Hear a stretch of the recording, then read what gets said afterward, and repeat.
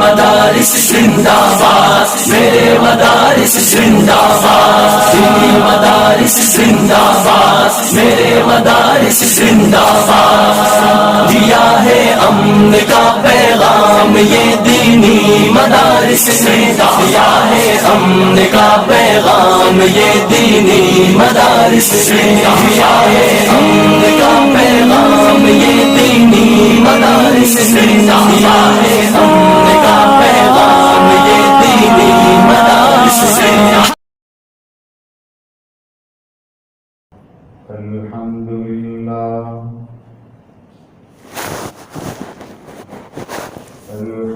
لله وكفى وسلام على عباده الذين اصطفى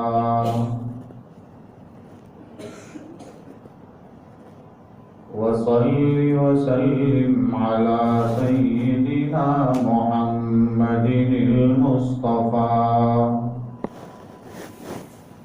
وعلى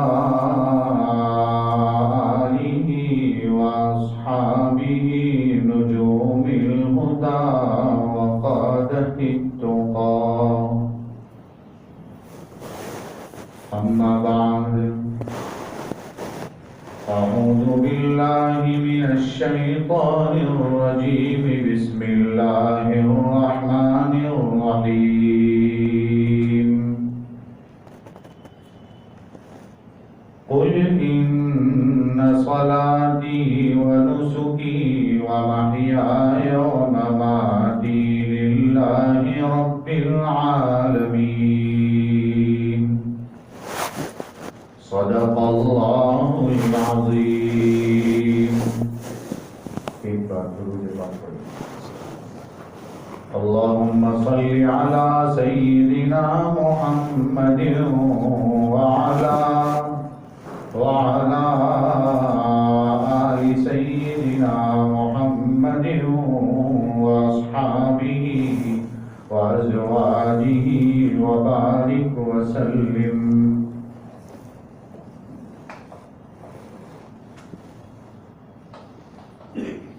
بزرگوں اور بھائیوں،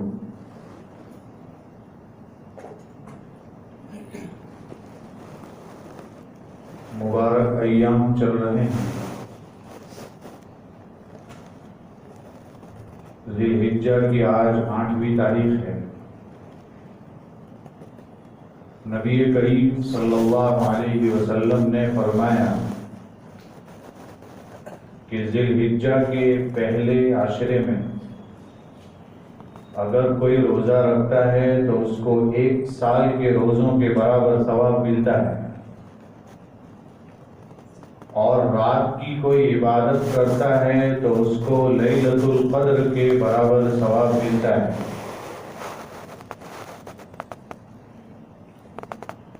آپ صلی اللہ علیہ وسلم نے 10ویں ذی الحجہ کے بارے میں فرمایا کہ یہ قربانی کے ایام ہیں،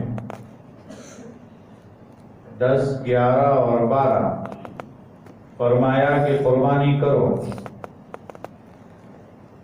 ضحو عربی زبان میں لفظ آتا ہے، حدیث میں ضحو قربانی کرو۔ حضرت زید بن ارقم رضی اللہ تعالیٰ عنہ فرماتے ہیں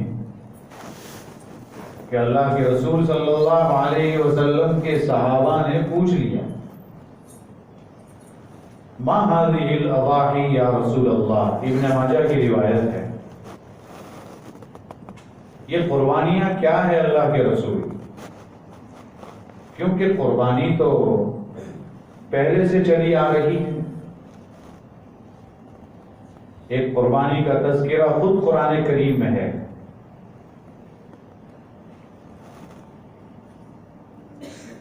جس میں یہ بتایا گیا ہے کہ حضرت آدم علیہ السلام کے 2 بیٹے، ان میں سے ایک کا نام حابیل اور دوسرے کا نام قابیل،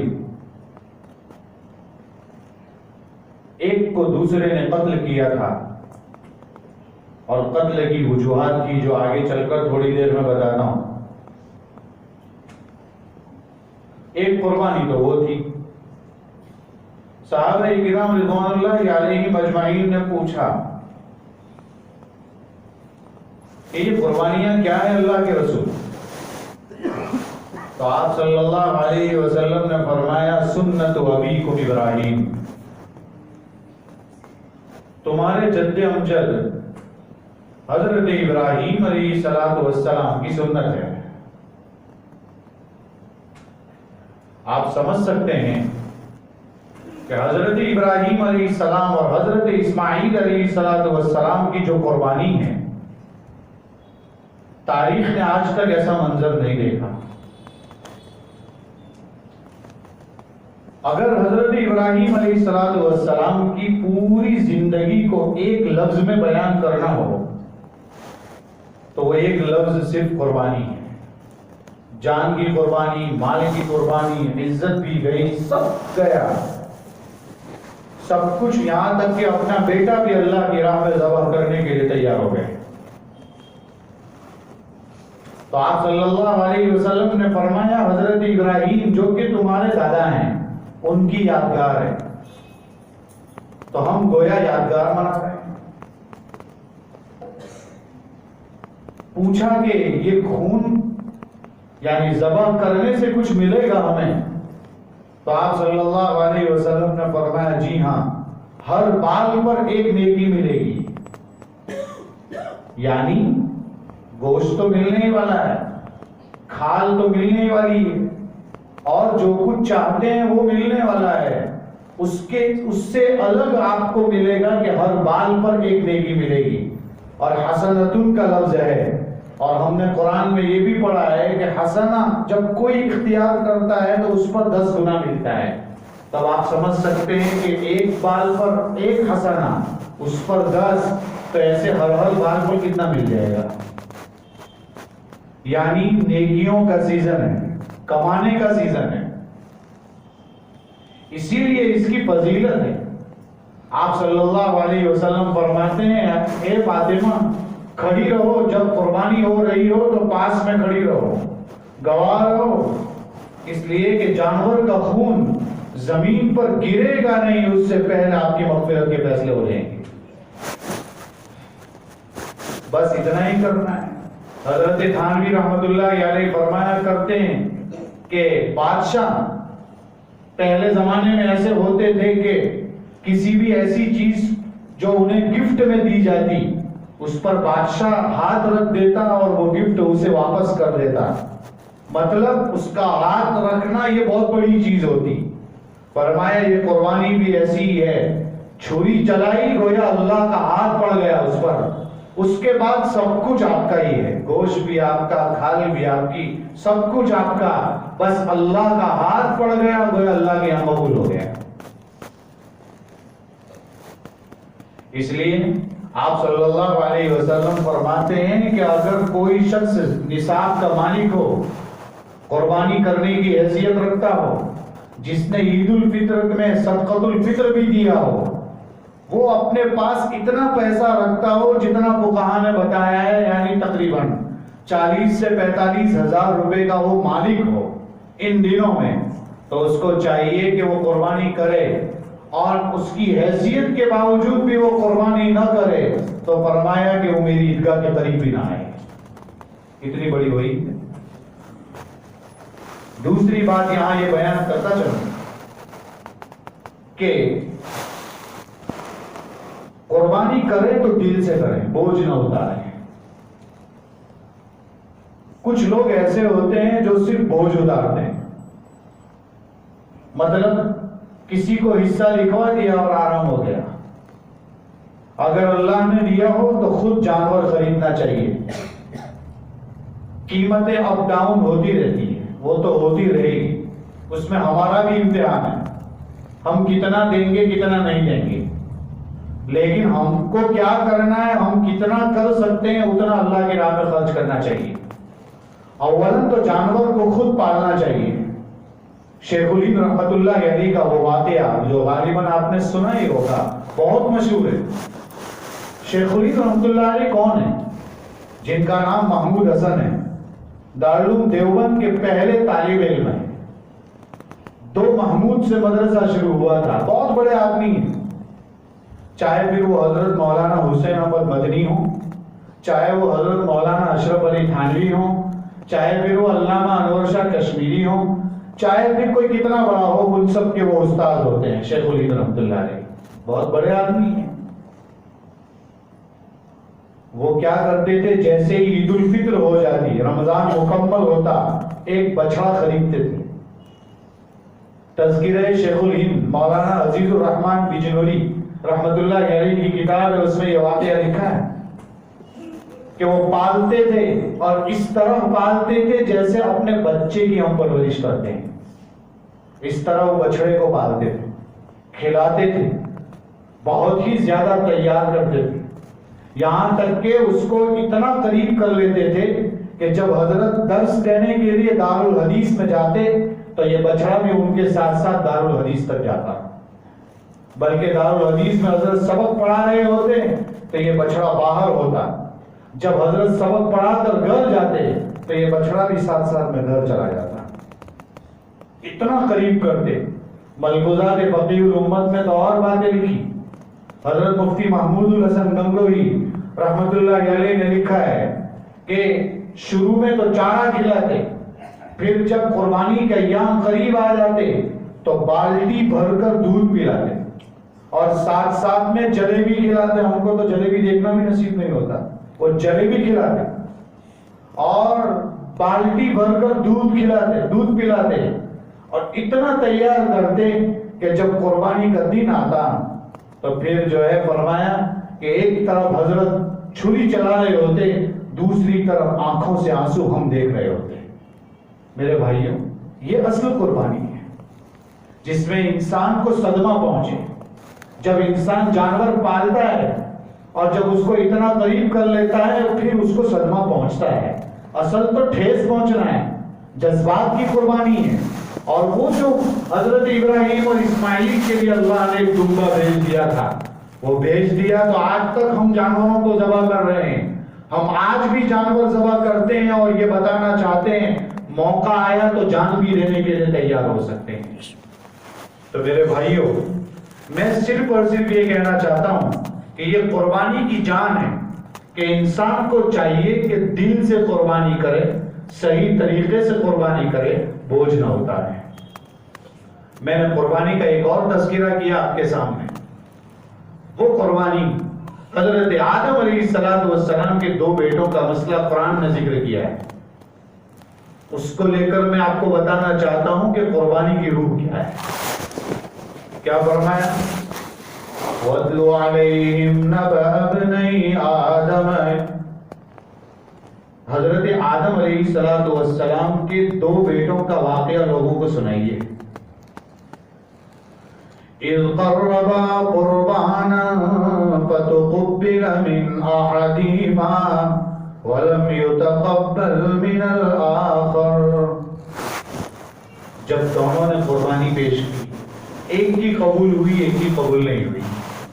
اصل مسئلہ یہ تھا، حضرت عبداللہ ابن مسعود رضی اللہ تعالیٰ عنہ اور دوسرے صحابہ نے اس کو نقل کیا ہے کہ حابیل اور قابیل کا، حابیل حضرت آدم علیہ السلام ہی کے بیٹے تھے، قابیل بھی حضرت آدم علیہ السلام ہی کے بیٹے تھے۔ ایک بیٹا نیک صالح تھا، اور ہوتا ہے بعض بچے ماں باپ کے ٹیڑے ہوتے ہیں اور بعض بہت سیدھے ہوتے ہیں۔ کہتے ہیں نا کہ جن کے بچے سیدھے ہوتے ہیں وہ ماں باپ کے لیے آنکھوں کا نور بنتے ہیں، آنکھوں کی ٹھنڈک بنتے ہیں، اور جو بچے ٹیڑے ہوتے ہیں وہ ماں باپ کی آنکھوں کا کانٹا بنتے ہیں، پھر وہ الجھن پیدا کرتے ہیں، دشواریاں پیدا کرتے ہیں، بدنامی کا سبب بنتے ہیں۔ وہ اولاد ایسی ہوتی ہے، اسی لیے فرمایا کہ دعا مانگنی چاہیے، ربی حب لی من الصالحین، اولاد دے تو نیک دے، ورنہ کوئی کام کی نہیں ہے وہ اولاد۔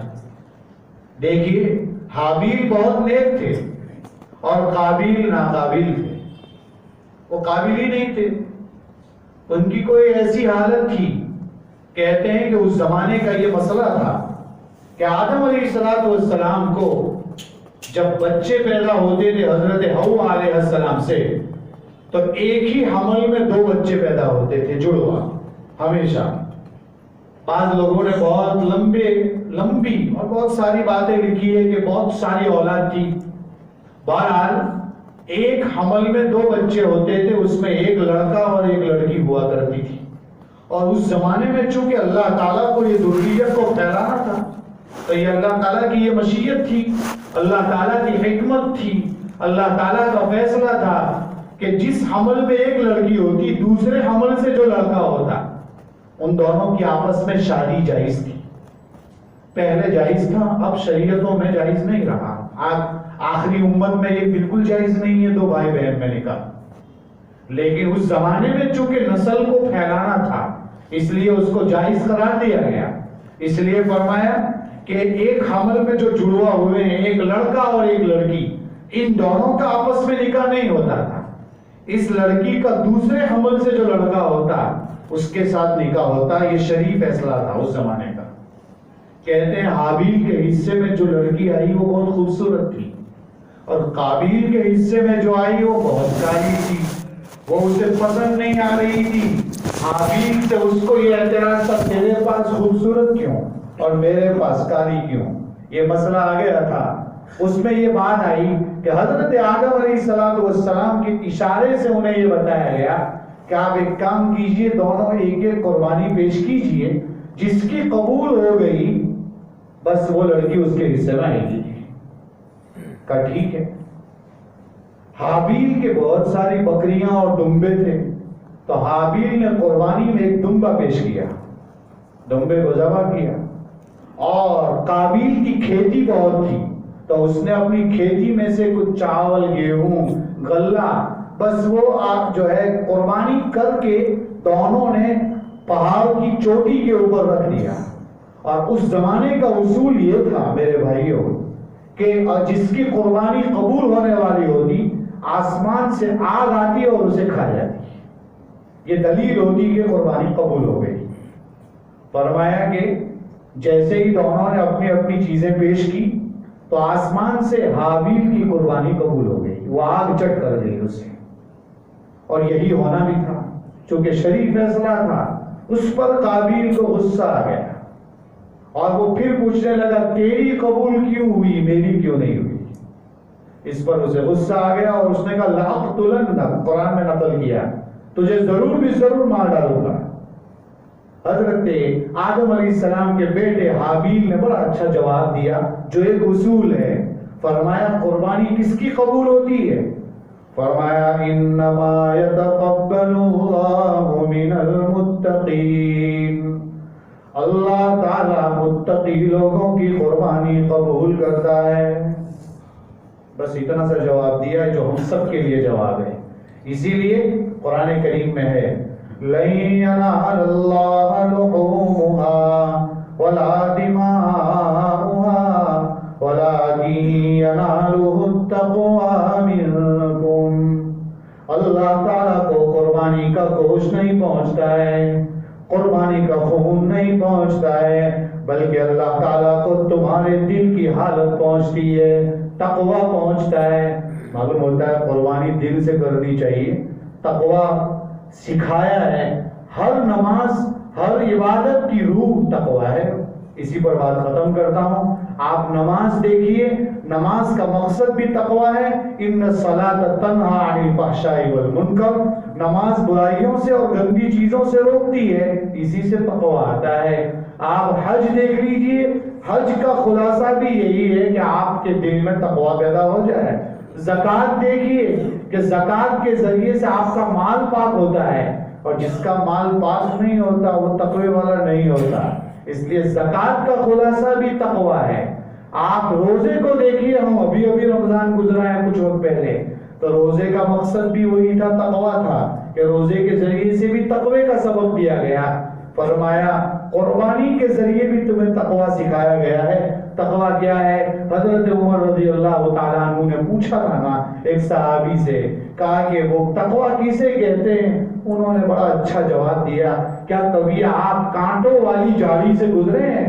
کہا وہ تو دیکھیے. کہا اگر کانٹوں دونوں طرف کانٹے ہوں، بیچ میں پگڈنڈی ہو، آپ جیسے ویسے چل سکتے ہوں، ہوا بہت تیز چل رہی ہو، ریشم کا کپڑا آپ نے پہنا ہو، کیسے گزریں گے؟ اور میں بچا بچا کر گزروں گا، ریشم کا کپڑا تو کانٹوں میں لگتے ہی چلا جائے گا اندر. کہ بہت جیسے ویسے کر کے بہت احتیاط سے گزروں گا. فرمایا بس اس کا نام تقویٰ ہے.